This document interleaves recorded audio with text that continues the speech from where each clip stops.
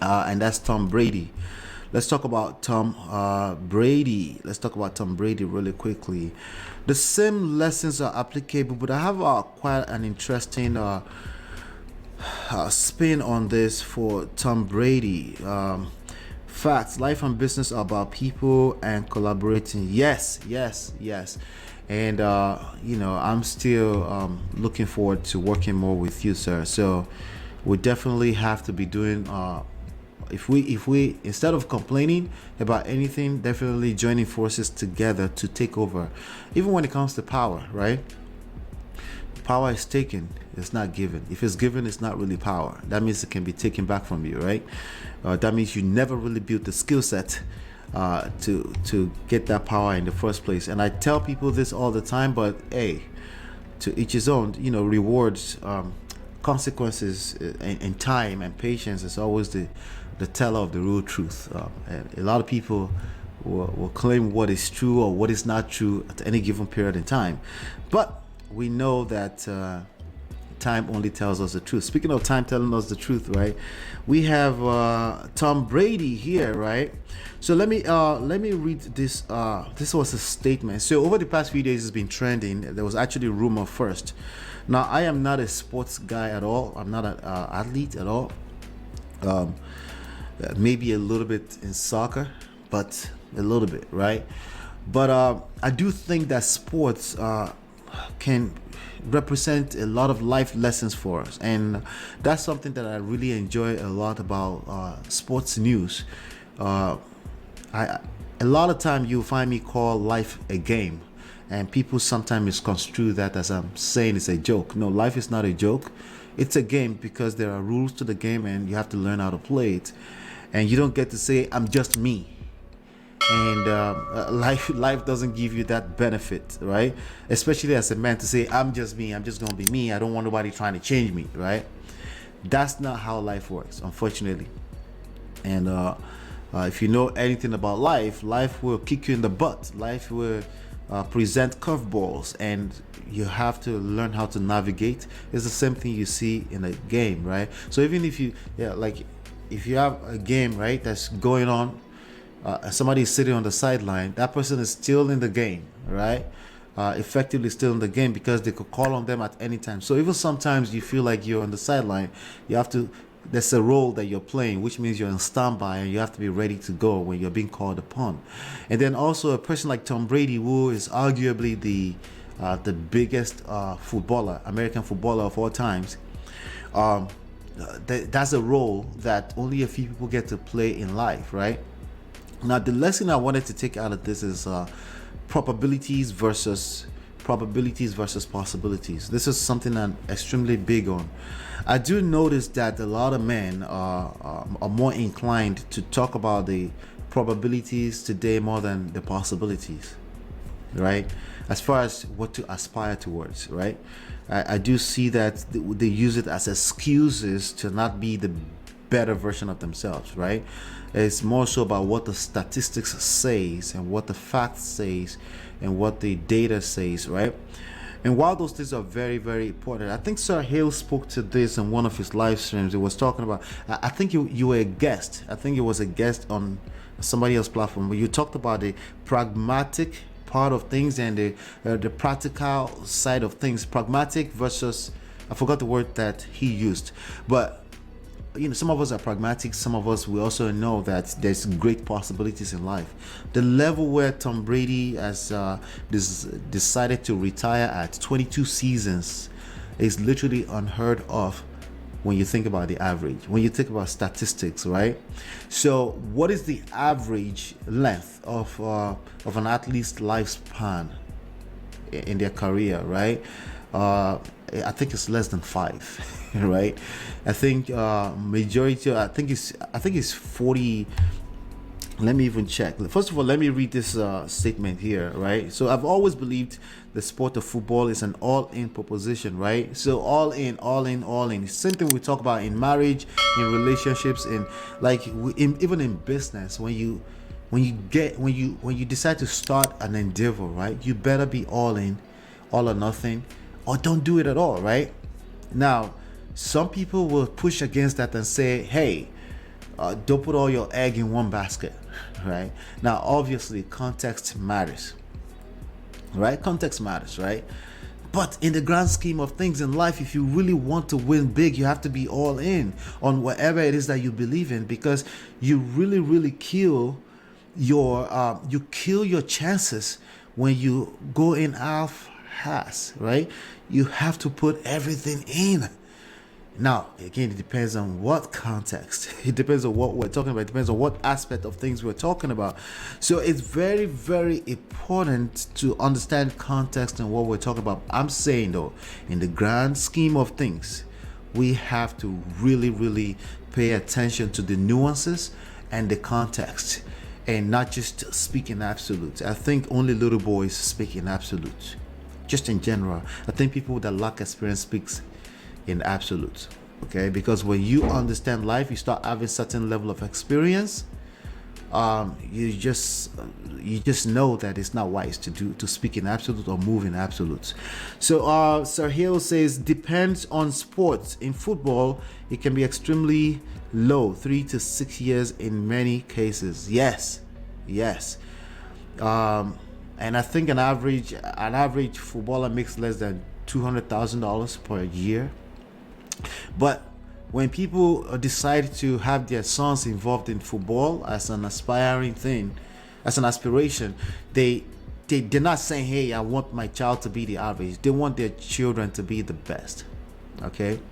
So while I think, yes, we should know probabilities, but I think as individuals, we should always strive to look at possibilities to be the best, right? To push ourselves. So how do you do that? You have to know your strength and your weaknesses. You have to identify what your strength and your weaknesses are, and don't pay too much attention to what your weaknesses are. Your weaknesses, there's only so much you can do with your weaknesses. Your weaknesses is basically things that on a scale of 1 to 10, you're only a 3. You're a 3 or a 2 or at most a 4, and you can only go 3 levels at any point in time, right? In any lifespan, in any life, you can only go 3 levels up. So that's if you try so hard, you can push yourself 3 levels up, right? So let's say you are a 2, and then you tried your best, but this is your weakness. You haven't identified that this is your weakness, so you push yourself to 3. You push yourself to at most from a 2 to a 5 or a 6, and you're still mediocre. You're still less than average in whatever it is we're talking about. But whatever your strength is, you are already a 7. On your worst day, you are a 7. So you push yourself up 2 or 3 levels. You are the 9. You are the 10, right? And then you shine, and then you outsource anything that's your weakness. You give it to other people to handle it for you. You delegate. The same thing in marriage, the same thing in any kind of endeavor that's worthwhile in life. It's always going to take more than one person. We talked about this when we talked about Rihanna. It's teamwork, it's collaboration. There's some things you're good at, some things you're not really good at, right? So for example, for myself right now, coming here talking about some of the celebrities and this trendy news, I speak from the life lessons we can get from it, right? And not necessarily all the gossipy part of the news, right? Because that's not my strength. I can read up a little bit. I can pull out some life lessons for myself. Instead of keeping that to myself, I decided to put it on a YouTube channel, and especially for men. Okay, so thank you for that, Sir Hills. Yes, on an average, we know this, that if we go based off of that average, no one should be playing football, right? But yet we have millions upon millions of kids aspiring to play football. Now, should we judge them, right? We can't judge them, right? It's not smart to judge them, right? Because if that happens to be your audience, you'll be speaking into blank air. They can't listen to you because they're aspiring to chase after their dreams. And I am never going to encourage the position of, oh yeah, let's just discourage people from chasing after their dreams. I think part of the beauty of life is the ability to be able to dream, right? A lot of us, we like the idea of Martin Luther King, but the things that these people accomplished were impossible. Literally, at that point in time, right? Even Jesus Christ, the things that they talked about at their time were impossible, right? And life would not be life if not because we continue to push the edges and continue to push the envelope, right? So yeah, that's really what I wanted to pull out of it. But this guy is retiring after 22 seasons of being the greatest. He was breaking records up till last year, so he had reasons to even so. While you do that, we still have to be realistic. So yeah, I think you talked about pragmatic and being realistic, right? Well, pragmatic and being realistic almost fall on the same line. Again, if you remember the word and you're still here, please drop that word for me. Um, but yeah, it's about balancing life, right? We have to be able to dream, we have to be realistic, and people, your audience, your particular audience, the people you're speaking to, they're mostly dreamers, and yes, they dream about fantasies and things that will never come to light. But if you kind of discount that and you don't talk about that, then you can lose them in driving your message home, depending on what we're talking about, right? So yeah, I think this was quite interesting. He said, if a 100% competitive commitment isn't there, you won't succeed. That's life. That's literally life in general, right?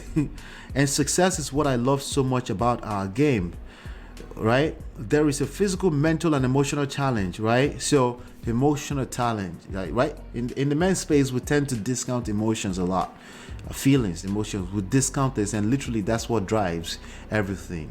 That at least 85% of everything. Okay, yes, we do tend to reference the data for those of us that are pragmatic and all this kind of stuff, but those things are lagging indicators. These are results of people's emotions in the past. Those are results of people's greed, fear, anger, right?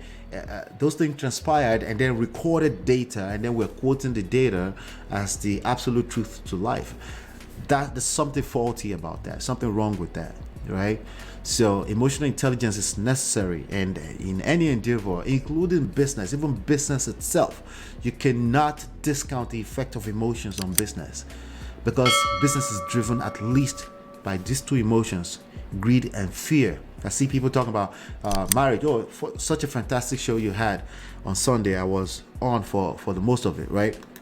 On Star Hill. I see people talking about, is marriage a business? Or like, what do you mean? It's both. It's all of the above, right? It affects your money. It affects your emotional status. Either as a man or woman. It doesn't. I get where the conversation is coming from, but I'm not sure if that's the conversation we're supposed to be having, right? So yes, emotions, even in sport, billions upon billions of dollars have moved hands in 22 seasons, and somebody is talking about emotional challenge. I think we should pick up something from there. Every single day, that has allowed me to maximize my highest potential, and I have tried my very best this past 22 years. There are no shortcuts to success on the field or in life. Now, I really like that statement. A lot of us are looking for shortcuts, right? We're looking for shortcuts, and and the way we showcase that is we're discounting.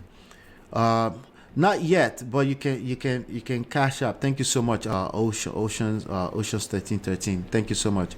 Not yet. Not until I'm going to review my stats at the end of this. Towards the end of this stream, I'm going to review my YouTube stats. By the way, I will be reviewing my YouTube stats all the way up to 1,000 subscribers. We're at 51 right now, all the way up to 1,000 and 4,000 hours. After that, I will kind of relax on that. And I said why when I talked about the TLA versus Nick and Knight on that live stream. So, Sir Hill says EQ is highly important. Yes, EQ, emotional quotient, I think, as opposed to just IQ. There's too many smart guys on the streets of YouTube, especially. That just don't know anything about life, and they're very smart, extremely intelligent people when it comes to the IQ. I guess maybe they will pass quantitative analysis here and there, but life is much more than that. Yeah. So yeah, I appreciate you, sir. Yeah. So let's go back here. Let's see. So there are no shortcuts to life, and so I see people try to discount emotions as a shortcut, right? Like, let's just eliminate emotions. Let's just get rid of it, right? It doesn't exist. Like, fuck all this emotion. Fuck your emotions, right? Fuck your feelings. We hear that quite a lot in the streets, and that's the actual BS right there. You can't do that. As a matter of fact, the person that's saying that is talking out of their feelings, right? You're gonna have to convince me that that's not you speaking out of your feelings when you say that, right? And the shortcut is like by saying, let's turn it. And I get it. We have as human beings, we have an incredible thirst to answer every question. We want every question answered. So where's the space for faith if you get all questions answered, right? So either we're talking about business, right? I've said this forever. Before I got tested in my marriage, I used to say it about entrepreneurship. I said, if you want to test your faith, I used to say, if you want to test your faith, become an entrepreneur. Your faith will get tested every day of the week because it's just not that clear where you're moving. You know what your goals are, but there's going to be curveballs and there's going to be ups and downs and it's frustrating. That's what this guy means by the emotional challenge, right? And it can be frustrating, right? And most people will quit in any endeavors in life. It's not just MLMs. It's not just YouTube. It's not just football. Most people will quit. It is what it is. It's not a crime. It's not right. It's not wrong. It's neither there nor there, right? It's just the way these things work. Okay? So, but then we look for shortcuts to avoid the emotional roller coaster of life and success and love, right? And then we want to shut down usually the biggest variable in all of it. The biggest variable in all of this is emotions, right? Literally, right? Literally drives 85% of everything, right? How do I know that? Well, I'm throwing that number out of my ass, to be frank. But in sales, we know that people make decisions to buy emotionally, and then they justify with logic later. 85% of the time is emotional decision. It doesn't matter how much you say it's not emotions. It's still emotional. No matter what you're buying, wherever you endeavors, you decide to engage in, right? Bottom line is that you're doing it out of your emotions. Something is engaging your emotions, right? Meaning you're not all the way being realistic. You're in a la la land. You're fantasizing about possibilities. So when we try to create a shortcut and get to the answers fast, and we try to use our mouth and we run our mouth like diarrhea and say, oh yeah, fuck emotions. No, it's bullshit. See, listen, I hear people say they want to avoid marriage and avoid relationships because somehow it's a shortcut to happy life. I got news for you. Unless you live in a cave, right? You're going to have to deal with human beings. And yes, they will test your emotions. And your emotional control is still going to be an integral part of your success, right? So that's what I got from that shortcuts right there. There are no shortcuts to success on the field or in life. This is difficult for me to write, but here it goes. I am not going to make that competitive commitment anymore. So this is a guy who knows when to stop. Men need to know when to stop. Either we're talking, either we're going after some kind of goal. We need to know when to stop. We need to know when to pull back. We need to know when to do the 3-step forward and 2-step backwards. That's the kind of game we play in marriage and in romantic relationships in general. Is game.